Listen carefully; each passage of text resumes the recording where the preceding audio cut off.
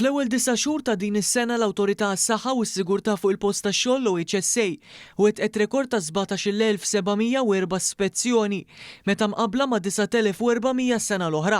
Dan tħabbar waqt preżentazzjoni li ngħatat mill-Ministru responsabbli mis-settur tal-kostruzzjoni Jonathan Attard flimkien ma' Chairperson tal-OHSA Pier Fava u l-Kap Eżekuttiv tal-Awtorità Josien Kutajjar.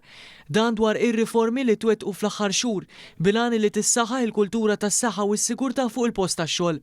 Ġie spjegat li l-liġi l-ġdida estendiet il-protezzjoni għal self-employed, volontiera u apprentisti filwaqt li introduġiet struttura moderna ta' governanza bord li jara l-viżjoni strateġika u eżekuttiv responsabbli mill-implementazzjoni.